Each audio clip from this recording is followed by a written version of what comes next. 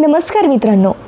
एखादा विद्यार्थी अनेक वर्ष अभ्यास करतो, रात्रंदिवस मेहनत घेतो, परीक्षा देतो, उज्ज्वल भविष्याची स्वप्ने पाहतो. पण जर त्याच परीक्षेवर प्रश्नचिन्ह निर्माण झाले, त्याने आंदोलन केले आणि त्याला वाटले की त्याचा आवाज ऐकला जात नाही, तर त्याच्या मनात कोणते प्रश्न निर्माण होतील? गेल्या काही दिवसात सोशल मीडियावर आणि विविध माध्यमांमध्ये एका व्हिडिओची मोठ्या प्रमाणात चर्चा झाली. या व्हिडिओमध्ये असा दावा करण्यात आला आहे की विद्यार्थ्यांशी संबंधित एका प्रकरणात सर्वोच्च न्यायालयात सुनावणी दरम्यान वकिलांनी काही व्हिडिओ दाखवण्याचा प्रयत्न केला. मात्र न्यायालयाने त्या क्षणी तो व्हिडिओ पाहण्यास नकार दिला आहे. आता या घटनेनंतर सोशल मीडियावर अनेक प्रश्न उपस्थित झाले. काहींनी न्यायव्यवस्थेवर टीका केली, तर ऑफकोर्स काहींनी न्यायालयाच्या प्रक्रियेचे समर्थन केले. सो नेमकं प्रकरण काय आहे ते आपण या व्हिडिओमध्ये समजून घेणार आहोत. विद्यार्थ्यांच्या आंदोलनाशी संबंधित एका याचिकेची सुनावणी सर्वोच्च न्यायालयात सुरू होती. याचिकाकर्त्यांच्या वतीने उपस्थित असलेल्या वकिलांनी आंदोलनादरम्यान घडलेल्या घटनांचे व्हिडिओ न्यायालयासमोर दाखवण्याचा प्रयत्न केला. मात्र त्यावेळी न्यायालयाने तो व्हिडिओ पाहण्यास नकार दिला आणि पुढील कार्यवाही सुरू ठेवली. सो हे लक्षात घेणे महत्त्वाचे आहे की न्यायालयातील प्रत्येक सुनावणी विशिष्ट कायदेशीर प्रक्रियेनुसार चालते. कोणते पुरावे स्वीकारायचे, कोणते नाही याचा निर्णय न्यायालय उपलब्ध नोंदी, कायदेशीर नियम आणि संबंधित परिस्थिती लक्षात घेऊन घेत असतो. आता सोशल मीडियावर चर्चा का झाली? या घटनेनंतर अनेक पत्रकार, सामाजिक कार्यकर्ते आणि विद्यार्थ्यांनी सोशल मीडियावर आपापली वेगवेगळी मतं व्यक्त केली. काहींचे म्हणणे होते की आंदोलन करणाऱ्या विद्यार्थ्यांचे म्हणणे अधिक गांभीर्याने सरकारने, न्यायालयाने घेतले पाहिजे. तर काहींचे मत होते की न्यायालय केवळ भावनिक बाजूवर नव्हे तर कायदेशीर पुरावे आणि प्रक्रियेवर निर्णय घेत असते. त्यामुळे कोणत्याही एका क्षणाचा व्हिडिओ पाहून संपूर्ण न्यायालयीन प्रक्रियेबाबत निष्कर्ष काढणे योग्य ठरणार नाही. यामुळे या विषयावर दोन वेगवेगळे दृष्टिकोन समोर आले आहेत. आता विद्यार्थ्यांच्या आंदोलनामागची पार्श्वभूमी पाहणार आहोत आपण. आता गेल्या काही वर्षात देशभरात विविध स्पर्धा परीक्षा, भरती प्रक्रिया आणि शैक्षणिक व्यवस्थेशी संबंधित अनेक प्रश्न उपस्थित झाले आहेत. काही परीक्षांमध्ये गैरव्यवहार झाल्याचे आरोप झाले आहेत, तर काही भरती प्रक्रिया लांबल्या गेल्या आहेत, तर काही प्रकरणांमध्ये तपास सुरू करण्यात आला आहे.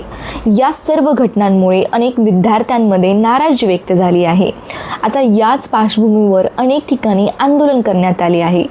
विद्यार्थ्यांनी परीक्षा प्रक्रिया अधिक पारदर्शक करण्याची, दोषींवर कारवाई करण्याची आणि मेहनतीने अभ्यास करणाऱ्या उमेदवारांना न्याय मिळावा अशी मागणी केली आहे. आंदोलन आणि पोलिसांची कारवाई. सो आंदोलनादरम्यान काही ठिकाणी पोलिसांनी आंदोलकांना रोखण्यासाठी बॅरिकेड्स, अश्रुधूर आणि इतर उपाययोजना केल्या.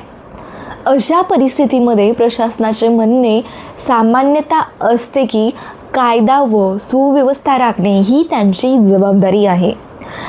तर आंदोलनकर्त्यांचे म्हणणे असते की त्यांना शांततेने आपले म्हणणे मांडण्याचा अधिकार आहे.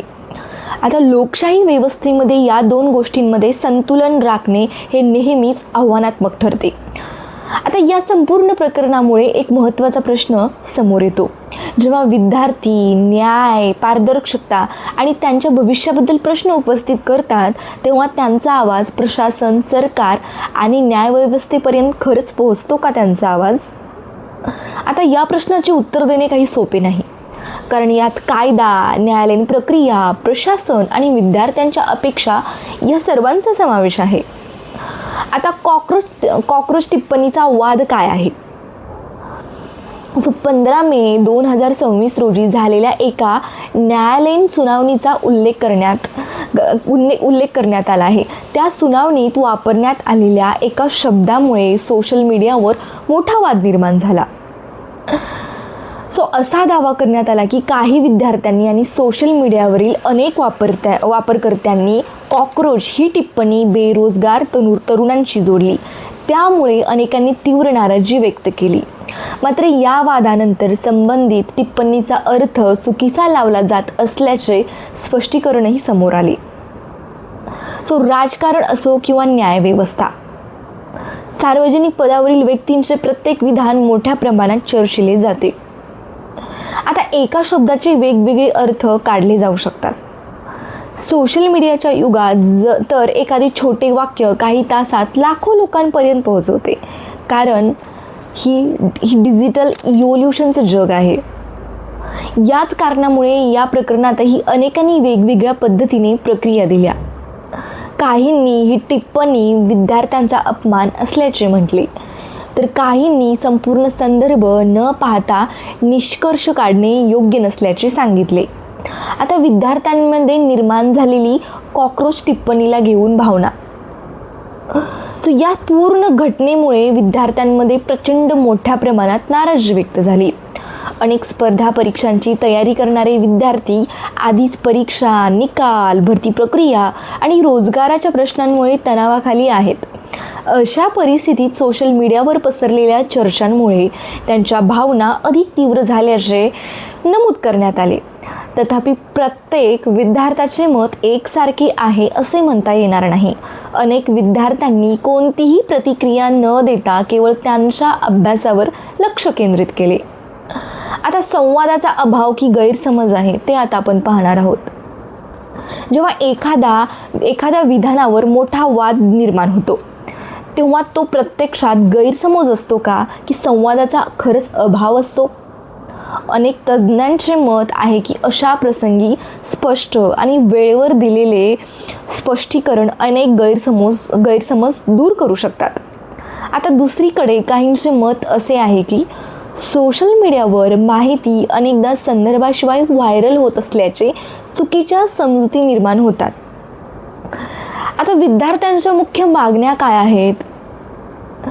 आंदोलन करणाऱ्या विद्यार्थ्यांचा मुख्य भर पुढील मुद्द्यांवर आहेत, जे मुद्दे आता आपण पाहणार आहोत. परीक्षा प्रक्रिया अधिक पारदर्शक व्हावी, पेपर फुटी किंवा गैरव्यवहाराच्या आरोपांची निष्पक्ष चौकशी व्हावी, दोषींवर कठोर कारवाई केली जावी, पात्र उमेदवारांना वेळेत न्याय मिळावा, भरती प्रक्रिया अनावश्यक विलंबाशिवाय पूर्ण व्हावी. या मागण्यांवर विविध राज्य सरकारे आणि संबंधित यंत्रणांनी वेगवेगळ्या काळात विविध उपाययोजना जाहीर केल्या आहेत.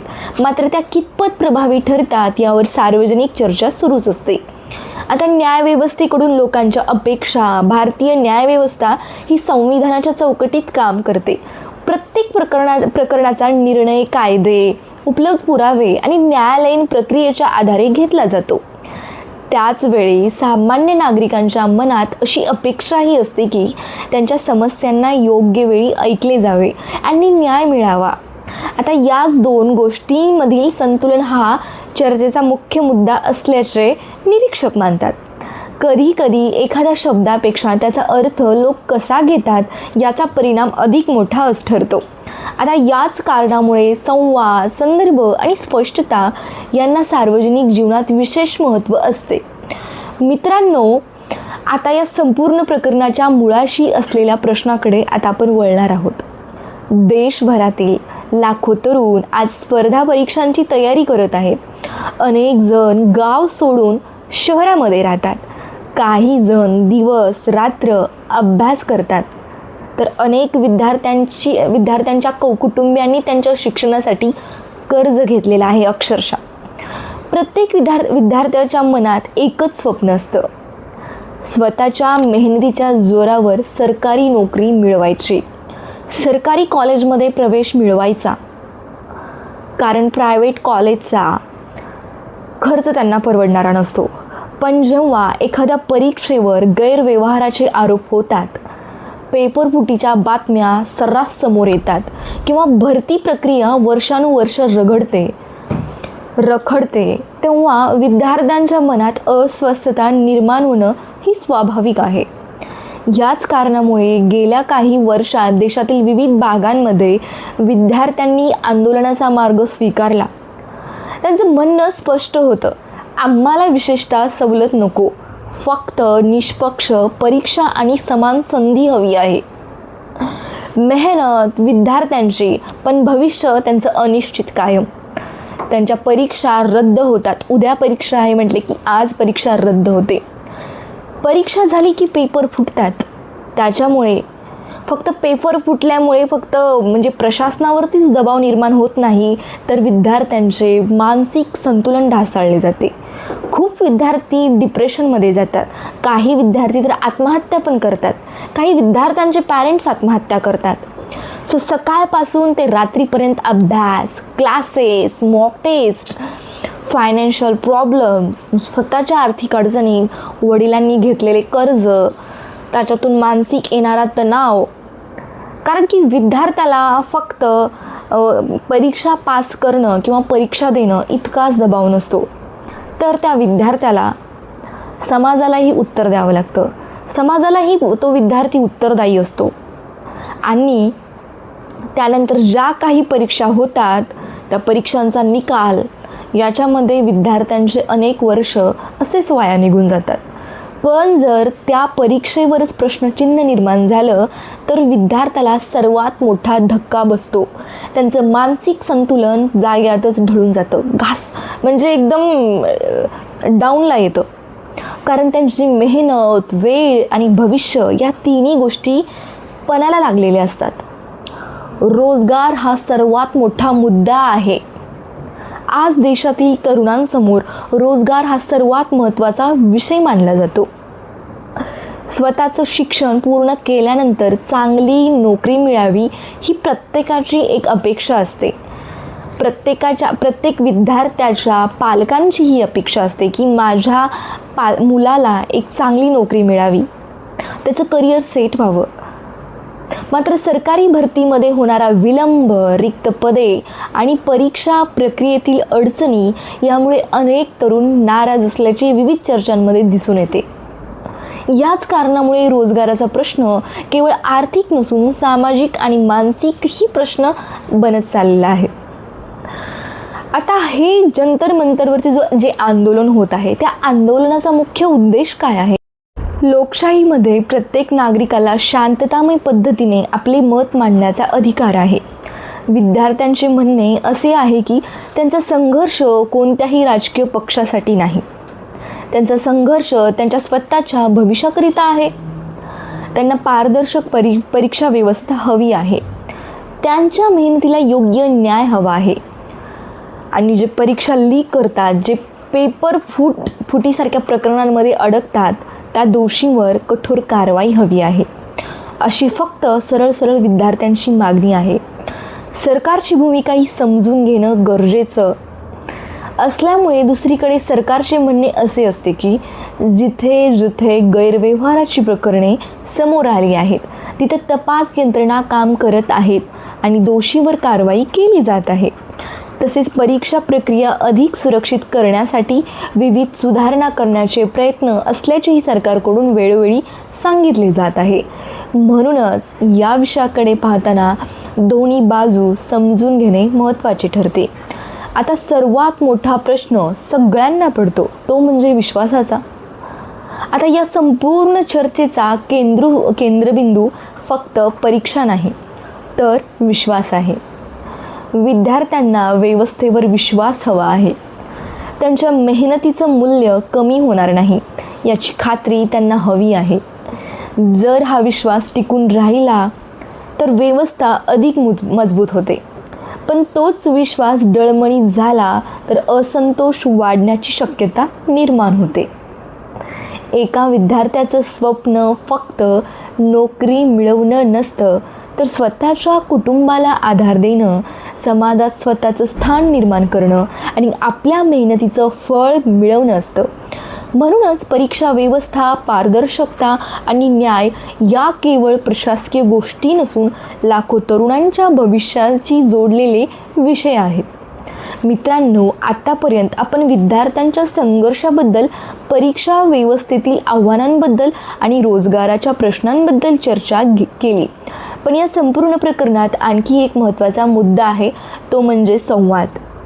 लोकशाहीची खरी ताकद केवळ निवडणुकांमध्ये नसते, तर नागरिक, सरकार आणि न्यायव्यवस्था यांच्यातील विश्वास आणि संवादामध्ये असते. जेव्हा एखादा नागरिक आपली समस्या घेऊन रस्त्यावर उतरतो, तेव्हा त्याचा उद्देश नेहमी संघर्ष करणे नसतो. अनेकदा तो फक्त एवढीच अपेक्षा करतो की कोणीतरी त्यांचं म्हणणं शांतपणे ऐकावं. आवाज ऐकला जाणं का महत्त्वाचं आहे? कोणत्याही लोकशाही व्यवस्थेमध्ये प्रत्येक नागरिकाचा आवाज महत्त्वाचा असतो. जेव्हा लाखो विद्यार्थ्यांच्या भविष्याचा प्रश्न असतो, तेव्हा त्यांच्या भावना आणि चिंता समजून घेण्याचा प्रयत्न होणं आवश्यक आहे. याचा अर्थ असा नाही की प्रत्येक मागणी लगेच मान्य व्हावी, पण संवाद सुरू राहणं महत्त्वाचं असतं. कारण संवाद थांबला की गैरसमज वाढू लागतात. सोशल मीडियाचं बदललेलं वास्तव आज प्रत्येकाच्या हातात मोबाईल आहे. एखादी घटना काही मिनिटात देशभर पोहोचते. त्यामुळे कोणती माहिती, प्रतिक्रिया किंवा व्हिडिओ लाखो लोकांपर्यंत झपाट्याने पोहोचतो. यामुळे प्रशासन, सरकार, न्यायव्यवस्था आणि माध्यमांसमोर एक नवीन आव्हान निर्माण झालं आहे. फक्त योग्य निर्णय घेणं आता पुरेसं नसतं, तो निर्णय लोकांपर्यंत योग्य प्रकारे पोहोचवणं तितकंच महत्त्वाचं झालेलं आहे. विद्यार्थ्यांच्या मनात नेमके कोणते प्रश्न आहेत? अनेक विद्यार्थ्यांच्या मनात आज काही मूलभूत प्रश्न आहेत. मी अनेक वर्ष अभ्यास केला, मला निष्पक्ष संधी मिळेल का? जर परीक्षेत गैरव्यवहार झाला तर माझ्या मेहनतीचं काय? माझा आवाज संबंधित यंत्रांपर्यंत पोहोचेल का? हे प्रश्न केवळ एका विद्यार्थ्याचे नसून लाखो तरुणांच्या भविष्याशी जोडलेले आहेत. विश्वास टिकवण्यासाठी जबाबदारी. विश्वास एका दिवसात तयार होत नाही, तो सातत्याने घेतलेल्या निर्णयांमधून तयार होतो.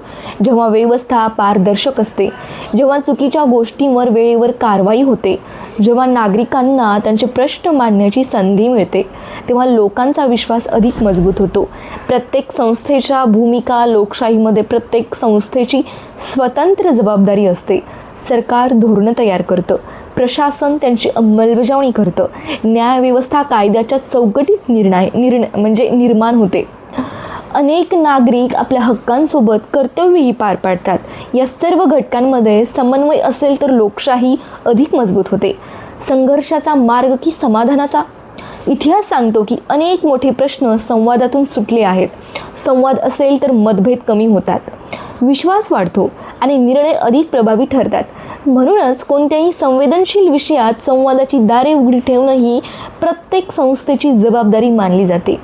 आज देशातील लाखो विद्यार्थी एकच अपेक्षा व्यक्त करत आहेत, आमच्या मेहनतीला न्याय मिळावा, परीक्षा निष्पक्ष व्हाव्यात, भविष्य सुरक्षित असावं. या अपेक्षा पूर्ण करणं ही कोणत्याही एका संस्थेची नव्हे, तर संपूर्ण व्यवस्थेची सामूहिक जबाबदारी आहे. ही होते शिक्षणाने, विश्वासाने, निष्पक्ष संधीने आणि न्यायावर असलेल्या आपल्या श्रद्धेने. जर या 4 गोष्टी मजबूत राहिल्या तर देशाचं भविष्यही तितकंच मजबूत राहील. तुम्हाला या संपूर्ण विषयाबद्दल काय वाटलं? विद्यार्थ्यांच्या समस्या सोडवण्यासाठी आणखी कोणते बदल आवश्यक आहेत? तुमचं मत सभ्य भाषेत कमेंटमध्ये मला नक्की सांगा. तुमचं मत ऐकणं, वाचणं, दुसऱ्यांनी तुमचं मत लक्षात घेणं तेवढंच गरजेचं आहे. अशाच सखोल आणि माहितीपूर्ण बातम्या पाहण्यासाठी आजची बातमी ऑफिशियल चॅनलला सबस्क्राईब करा. व्हिडिओला लाईक करा आणि बेल आयकॉन दाबण्यासाठी विसरू नका. मी पुन्हा भेटेन एका नव्या आणि महत्त्वाच्या विषयासह. तोपर्यंत